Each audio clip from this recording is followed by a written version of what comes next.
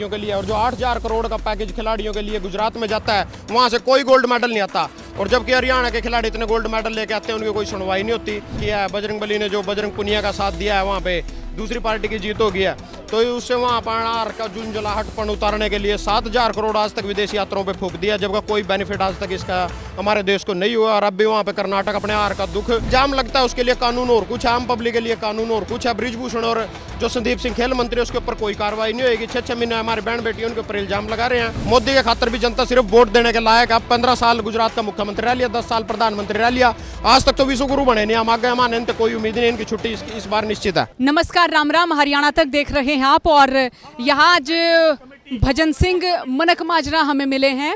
Social media पर आपने इनको देखा होगा, किसान आंदोलन के दौरान भी इनकी काफ़ी सारी वीडियोस, काफ़ी सारी इनके बयान आपने सुने होंगे। पहलवानों को समर्थन देने यहाँ पर ये पहुँचे हैं, पहलवानों को समर्थन देना पहुँचे हैं यहाँ पर।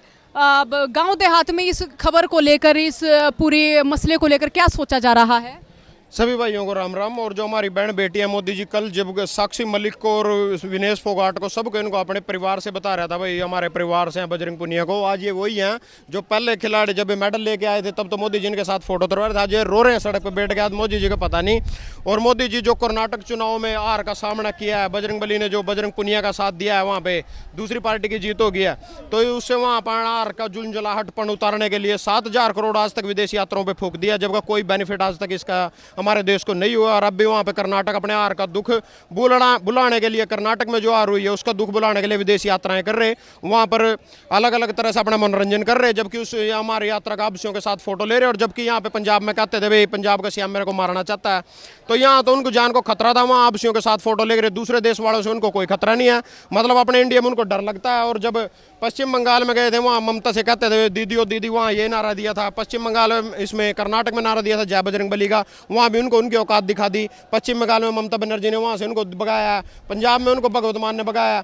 तो हम पूरी तरह से इनका सुपड़ा साफ करेंगे, क्योंकि लोकतंत्र की हत्या कर रहे हैं, निरोड़ी तानाशाही चला रहे हैं। जो इनके किसी विधायक मंत्री एमपी पे इल्जाम लगता है उसके लिए कानून और कुछ है, आम पब्लिक के लिए कानून और कुछ है। ब्रिजभूषण और जो संदीप सिंह खेल मंत्री, उसके ऊपर कोई कार्रवाई नहीं होगी। 6-6 महीने हमारे बहन बेटी उनके ऊपर इल्जाम लगा रहे हैं। और जो आम नागरिक के ऊपर इल्जाम लगेगा तो उसको एकदम से कार्रवाई कर देंगे, एकदम से उसको सजा दे देंगे। जैसे आम आदमी के 2 मंत्री हैं, सत्येंद्र जैन और मनीष सिसोदिया, दोनों को अंदर डाला हुआ है। और जबकि बीजेपी किसी पे इल्जाम लगेगा तो उनके ऊपर कोई कार्रवाई नहीं होगी। अच्छा, इब जैसे कि रोष है गांव देहात में बीजेपी के लिए, क्या रोष है गांव देहात में बीजेपी के लिए? बिल्कुल रोष है। इस बार हरियाणा में दिन का सुपड़ा साफ करेंगे।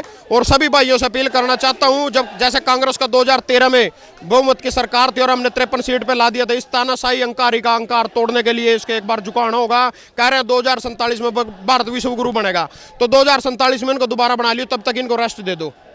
अच्छा, ये जुगरा पहाड़ आए हो तो आप किसान आंदोलन के दौरान भी आवाज मुखर करते रहे हो, तो लगा हो रहा है कि किसी नेता किसी विधायक की ओर तो कुछ कहा गया कि आप आवाज मत उठाओ, इस तरीके से मत बोलो? हाँ जी, बिल्कुल प्रेशर है मेरे ऊपर, फोन आते रहते हैं, पुलिस के भी फोन करवाते हैं डराने के लिए, सारे काम करते हैं। पर किसानों का बेटा लगा लो या खिलाड़ियों को, बहन बेटियों का भाई लगा लो, तो मैं इनके साथ खड़ा हूँ और ऐसे इनकी आवाज बुलंद करता रहूँगा। इंसाफ के लिए हमारी आखिरी खून के आखिरी कतरे तक हम लड़ाई लड़ते रहेंगे।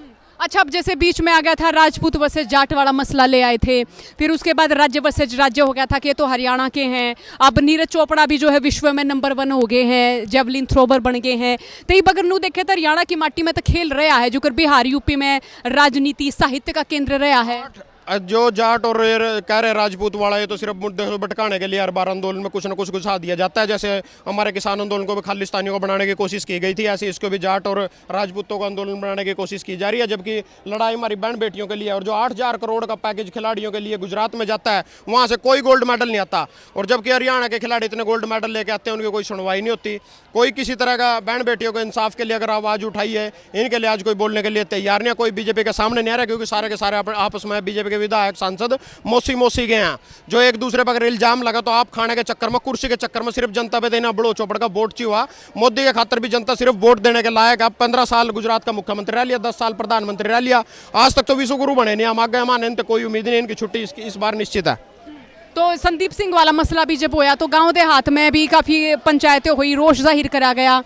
सीधी सी एक बात है, जो बीजेपी का उसके खिलाफ कोई कार्रवाई नहीं होगी। बस सो की एक बात, आम जनता के लिए सारे कानून लागू हो जाएंगे। और बीजेपी के अगर किसी सांसद विधायक पे कोई इल्जाम लगेगा उसके लिए कोई कानून नहीं है।